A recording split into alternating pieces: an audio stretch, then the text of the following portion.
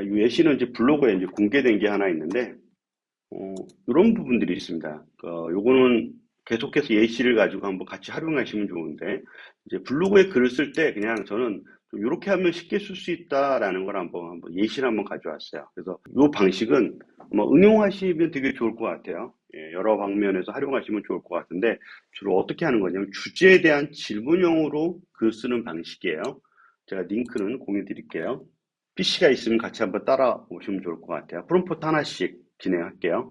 여기에 첫 번째 프롬프트입니다. 프롬프트가 몇 개 없거든요. 첫 번째 프롬프트예요. 요거를 한번 그대로 복사합니다. 복사해서 제가 챗GPT를 하나 띄울게요. 챗GPT를 할 때, 그냥 해도 좋고요. 역할을 좀 부여하면 조금 더 긍정적으로 써주더라고요. 저 같은 경우는 해서 역할 부여를 제가 한번 진행하는데, 이런 식으로 제가 이런 식으로 역할 부여를 한번 합니다. 그래서 너는 넥스라고 부를게. 너는 AI 글쓰기 전문가로서 이렇게 좀 해줄래? 그다음에 맨 끝에다가 준비되었으면 오케이만 좀 해줘. 그러면 이제 더 이상 떠들지 않고 그냥 오케이만 해요. 가서 쓰라고 해요. 그러면 이제 그 좀 전에 보여드렸던 블로그 요 부분이죠. 그래서 여기에 프롬프트 요거죠. 요거를 글을 작성하려고 해. 요청문은 이겁니다. 주제는 얘예요. 주제는 얘예요. 근데 여기에 세 가지 질문을 좀 할게. 각 질문에 세 가지씩 질문을 해줘. 그다음에 요 주제에 대해서 조금 언급한 겁니다. 제가 생각하는 것들을 언급한 거야. 그래서 이렇게 언급한 내용을 그대로 복사해서 글을 한번 요청을 해보도록 하겠습니다. 전체적으로 계속해서 글을 보면 처음에는 저걸 갖고 어떻게 글을 쓰지라고 하는데 한번 보시죠. 그러면 얘가 글을 작성을 합니다. AI 시대 글쓰기는 필요한가라는 주제죠. 이게 세 가지 질문을 하라고 했어요. 해당하는 내용에 글쓰기는 무엇인가, 글쓰기는 왜 중요한가, 글쓰기 인간은 무엇이 다른가라고 세 가지 질문을 각각 하라고 했습니다. 그래서 진행을 합니다. 같이 한번 따라 해보시죠. 동일하게 링크 있으니까. 두 번째는 이렇게 답변이 왔으면 두 번째는 얘는 순서를 어떻게 하느냐에 따라서 글의 흐름이 좀 다르다고 합니다. 나중에 이걸 참고해서 고려하시면 좋을 거고요. 두 번째는 요 프롬프트입니다. 앞서 제가 그 퍼플리시드랑 같이 글 쓸 때 사용했던 프롬프트기도 해요. 이걸 그대로 여기에 넣습니다. 이거는 무슨 내용이냐면 아래 규칙을 좀 모두 정확하게 작성해 주라 라고 하는데, 글의 구조가 서론본론 결론으로 되어 있는데 난 이거 중요하지 않아. 이거는 그 문서로 좀 빼줬으면 좋겠어. 그리고 서론은 이렇게 해주고 본론은 첫째 둘째로 해줘. 그 다음에 이런 부분이야. 그러니까 기존에 앞에서 작성한 내용을 지금 앞에 내용을 요 구조로 다시 바꿔라 라고 요청을 한 겁니다. 이렇게 바꿔서 요청을 합니다. 그러면 해당하는 이 글이 이런 식으로 작성된 글이 이제 이런 식으로 다시 글이 바뀝니다. 꼭 이렇게 작성을 하진 않지만 특정한 글들을 작업을 할 때 이런 식으로 바꿨을 때 글들이 상당히 바꿔진 것들을, 개선된 것들을 볼 수가 있어서 가끔씩 적용을 합니다. 그리고 결국은 글을 쓸 때 보면 그 글을 오랫동안 써보신 분들은 글에 대해서 질문을 하거든요. 주제에 대해서 질문을 합니다. 그 질문한 걸 가지고 글을 작성을 하는데 이런 식으로 글이 만들어집니다. 그러니까 이 앞에 있는 내용의 이 글이 이런 어떤 프롬프트를 통해서 새롭게 글들을 바뀝니다. 서론은 어떻게 되고 본론은 첫째, 둘째, 셋째로 하고 어떤 식으로 이제 자세하게 내용이 나옵니다. 이렇게 나오죠. 그 다음에 이제 세 번째, 어, 이제 피드백을 해요. 이 해당 원고에 대해서 피드백을 하는데 두 가지를 합니다. 하나가 있고, 하나가 끝나고 나면, 그래, 오, 좋아. 그거 갖고 써줘. 두 가지가 있어요. 한번 볼게요. 여기다 놓고, 피드백을 해줄래? 라고 해요. 아래 원고라고 했으니까, 아래 원고가 아니라 앞에 원고라고 해야 되겠죠. 여기서. 앞에, 원고에 대해, 네, 그쵸. 아래 원고라고 하면 밑에다 원고를 첨부하면 됩니다. 그러면 원고에 대한 피드백을 받을 수가 있어요. 지금은 제가 자동화로 보여드리겠지만 이런 작업들이 사실은 일부는 다 수작업을 합니다. 이 글에 대해서 어느 정도 그 변경하거나 글을 만들어내거나 그런 작업들을 진행을 해요. 근데 잠깐 보여드리기 위해서 이제 한 거고 이걸 그대로 미드저니까지 한번 같이 연결해서 한번 어떻게 만들어지는지 보여드리도록 할게요. 근데 이런 핵심적인 그 금방 보여드렸던 이런 피드백이나 이런 규칙적인 글쓰기 패턴은 많이 적용합니다, 저는. 그래서 그 앞에 있는 이 주제를 이 1번의 항목들을 좀 더 구체적으로 몇 번을 돌려요. 그렇게 돌린 걸 가지고 실제 초고를 만들고 만든 걸 가지고 피드백을 받습니다. 그래서 그다음에 두 번째 거 요거를 돌립니다. 그러면 여기까지 작성한 것들에 대한 피드백을 줘요. 다 바꿀 건지 아니면 부분적으로 바꿀 건지에 대한 거는 고민을 하셔야 됩니다. 근데 지금 일단은 다 바꾸겠다고 생각하고 앞에 제공된 것들을 이렇게 해서 좀 바꿔라 라고 해서 요청을 합니다. 그러면 여기서 개선 사항에 대한 부분들을 다시 글을 작성을 해줍니다. 그래서 약간 중요한 부분들 이렇게 사고를 정리하고 감정을 표현하면 굵은 글씨까지도 이렇게 맵을 잡아줘요. 전체적으로 중요한 부분이 어떤 거다라는 것들까지도 이렇게 잡아줍니다. 그러면 앞서 기본적인 글들이 이런 식으로 만들어져요.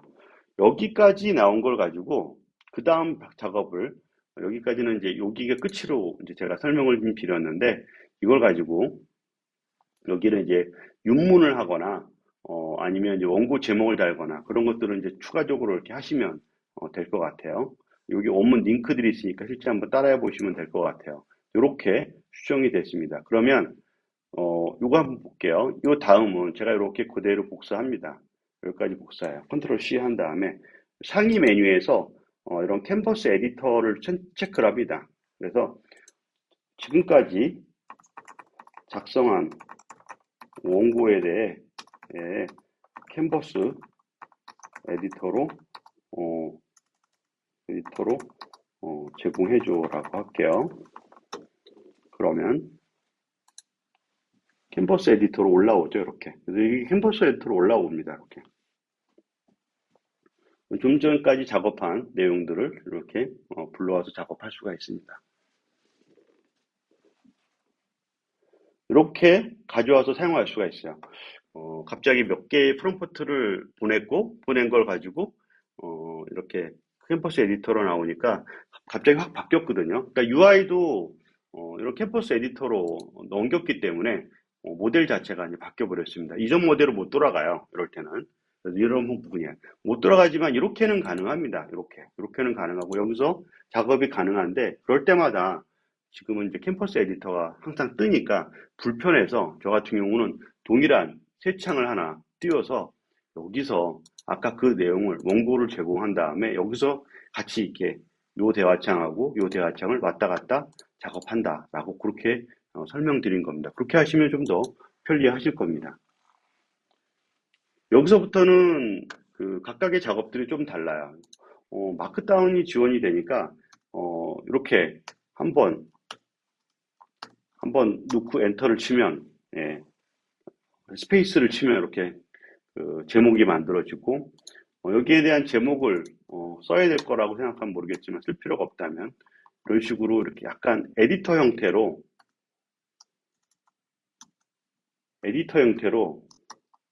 만들어낼 수가 있어요. 큰 제목, 작은 제목 이런 식으로 만들어낼 수 있습니다. 그래서 계속 이렇게 에디팅을 해서 작업을 좀 진행하고요. 여기서의 다음 작업들은 그 여기서의 작업들은 그 다음부터는 부분 수정이에요. 근데 원래 기본적으로 이 캔버스에는 이런 기능들이 존재합니다. 그래서 편집 제한이라 그래서 이 편집 제한을 하면 실제 여기에 있는 내용들이 편집을 제한을 해줍니다. 그래서 뭐 제가 더블 클릭을 하면 기존의 글 작성한 내용을 갖고 편집 제한을 작성해줘요. 댓글을 이렇게 달아요. 이렇게 어떤 식으로 이렇게 제한을 해줍니다. 그래서 얘네가 생각하고 있는 제한들을 여러 개를 이렇게 해줍니다. 제한을 해준 거에 적용하겠다라고 하면 적용을 하면 됩니다. 적용을 하면 이렇게 돼요. 그러면 이런 식으로 글을 바꿔줘요. 바꿔준 것들이 상위 메뉴에 가면 변경사항 표시가 있어요. 변경사항 표시가 있어서 요 내용을 이렇게 바꿨다라고 하는 거예요. 근데 난 바꾼 거를 좋아하지 않아. 그러면 되돌리기를 누르면 되돌리기 이전 버전으로 다시 복원이 됩니다. 그래서 이렇게 왔다 갔다 작업해서 진행을 입니다. 아, 네, 이게 유료 버전이에요. 네, 캠퍼스는 아직은 유료 버전이고, 요게 만약에 이제 캠퍼스로 에디터로 원고를 제공해줘라고 할 때 상위 메뉴의 모델을 캠퍼스로 바꾸면 돼요. 바꿔서 바꾸고 캠퍼스 에디터로 에디터 원고를 제공해줘라고 하면 제공해줍니다.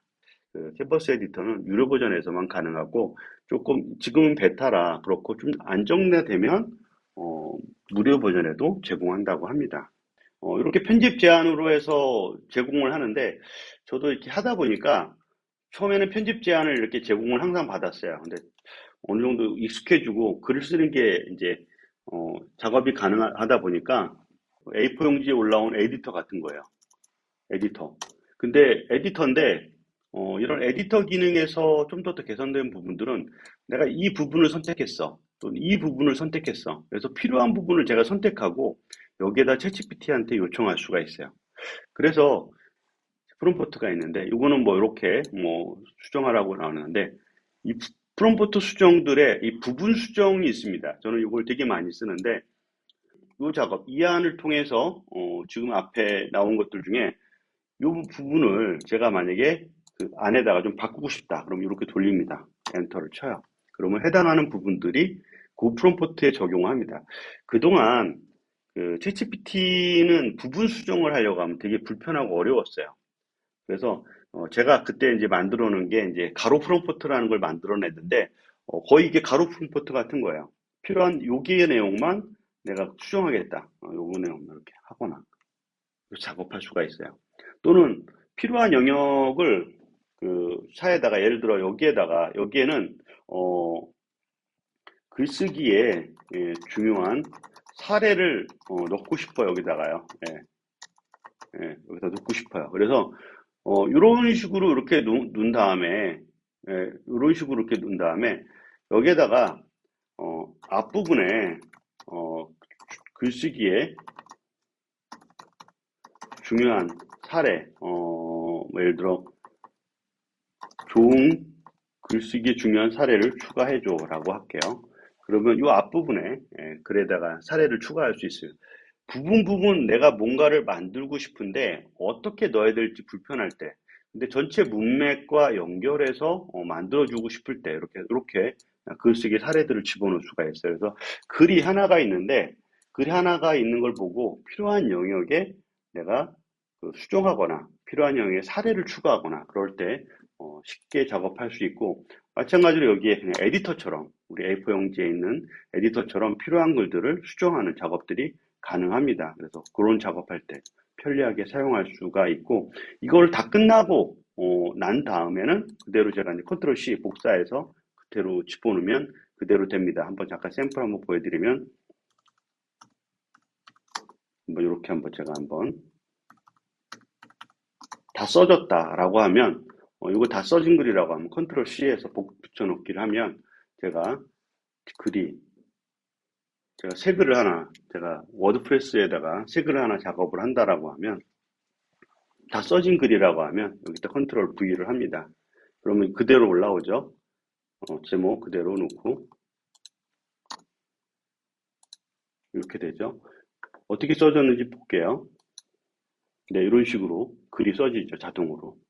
네, 이렇게 글이 작업이 됩니다. 그래서 부분 이미지를 추가하거나 그런 작업은 좀 더 미드저니로 고려하시면 좋을 것 같아요.